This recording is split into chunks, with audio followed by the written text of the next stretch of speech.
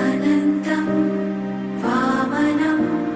शौर्यं वैकुण्ठं पुरुषोत्तमं वासुदेवं ऋषिकेशं माधवं मधुसूदनं वराहं पुण्डरीकाक्षं नृसिंहं दैत्यसूदनं